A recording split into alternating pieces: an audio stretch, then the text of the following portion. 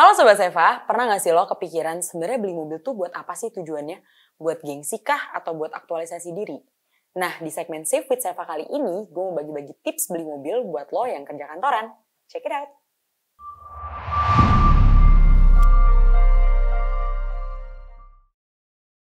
Halo Sobat Seva, balik lagi di Save with Seva. Nah, kadang-kadang kita suka kebayang-bayang nih sama pertanyaan-pertanyaan yang tadi gue sebutin. Nah, kalau gue sendiri punya beberapa pertimbangan biar lo nggak tenggelam di stigma beli mobil cuma buat gengsi doang. Yuk kita simak tipsnya.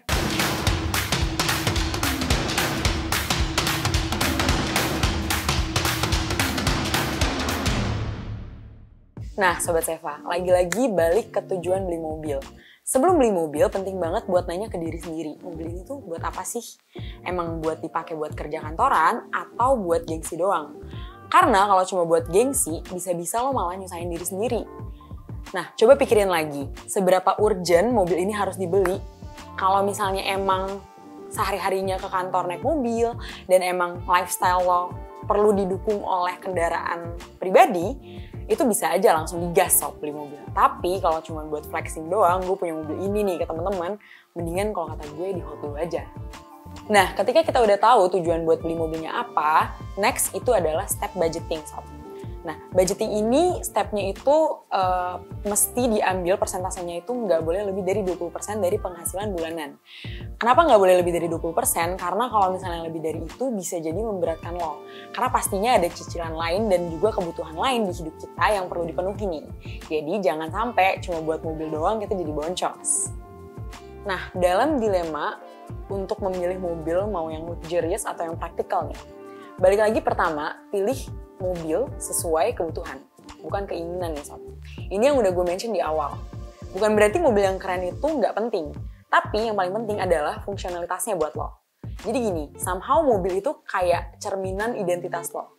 Misalnya, lo punya rumah di daerah yang secara akses jalannya itu kurang baik. Better sebenarnya untuk beli mobil yang ground clearance-nya itu tinggi. Misalnya, kayak Rocky atau Rush atau bahkan Fortuner. Jadi kalau misalnya selera di hati pengennya Camry atau Corolla Altis gitu ya, yang sedan-sedan rendah-rendah, better dikesampingkan dulu, sesuai dengan kebutuhan dulu. Once lo udah punya kandidat atau opsi mobil yang sekiranya emang udah sesuai nih sama kebutuhan lo, jangan lupa untuk simulasiin kreditnya. Ini penting banget sob, karena ini bisa ngasih gambaran kalau nanti cicilnya tuh akan seperti apa sih gitu ya. Pertama pilih dulu DP yang masuk akal gitu ya, yang kira-kira bisa dibayar sama lo pastinya. Dan tenor kredit yang nggak terlalu panjang biar mobil lo nggak keburu turun nilainya sebelum cicilannya lunas. Kalau bisa, lo coba perbanyak literasi dulu gitu ya, banyak baca-baca tentang mobilnya, banyak baca-baca tentang skema cicilan untuk mobil itu gitu ya. Jadi lo udah tahu nih kalau misalnya nanti nyicilnya tuh akan seperti apa, suku bunganya seperti apa, dan juga lo bisa pilih nih, kayak kalau nyicil mobil tuh biasanya ada flat rate atau ada yang floating. Nah, dua-duanya tuh sebenarnya nggak apa-apa ya, sah-sah aja, cuman balik lagi sesuai dengan kemampuan lo, yang mana yang sekiranya nggak bakal boncos di lo-nya. Nextnya, kalau misalnya udah kebayang nih sama cicilannya, adalah pikirin soal after purchase. Nah, ini kadang-kadang orang suka kelewat nih sob. Nah, insurance atau asuransi itu penting banget buat mobil baru lo nih. Terutama buat lo yang sehari-harinya mobilnya bakal dipakai banyak gitu ya, akan lebih aman dan nyaman gitu ya, tenang jiwanya rasanya kalau misalnya ada asuransi. Pastiin lo dapat perlindungan yang maksimal biar investasi lo yang udah lo keluarkan nih ya, cicilan per bulan sampai DP itu tuh nggak sia-sia. Pilihnya yang bisa di-cover resiko-resiko yang mungkin aja bisa kejadian biar nggak apes di kemudian hari. Nah, pastinya kalau misalnya lagi beli mobil, kita bakal nyari yang namanya promo dong ya. Kalau bisa save money, why not ya nggak sih? Nah, di Seva itu banyak banget promo yang tersedia buat lo manfaatin. Uniknya lagi, kalau misalnya lo masukin simulasi kredit lewat loan kalkulator Seva, itu lo bisa langsung masukin promo asuransi sama atau ada promo cashback gitu ya. Dan lo bisa lihat nih cicilan per bulan lo kalau ditambahin sama promo-promo itu. Jadi udah clear banget cicilannya akan berapa, plus udah ditambahin sama promonya juga. Jadi kalau misalnya emang lo ada rencana nih, 3 bulan atau 6 bulan ke depan untuk beli mobil, langsung aja gas ke seva.id ya. Cek-cek dulu aja. Nah, jadi gitu ya sob ya. Ingat-ingat nih, punya mobil itu nggak selamanya tentang gengsi.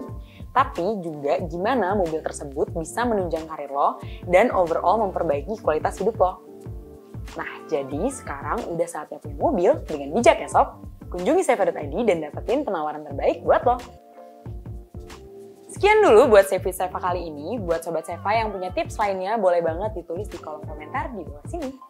Jangan lupa buat like, share, dan subscribe di channel Seva by Astra. Jangan lupa juga buat follow sosial media kita di Instagram, Facebook, Twitter, dan juga TikTok di @seva_by_astra. Jangan lupa juga untuk tonton video lainnya untuk tips seputar otomotif. Beli mobil mudah, aman, dan nyaman di Seva karena Seva jelas dari awal. Thank you udah nonton, sampai jumpa di video selanjutnya. Dadah! Sama udah mention.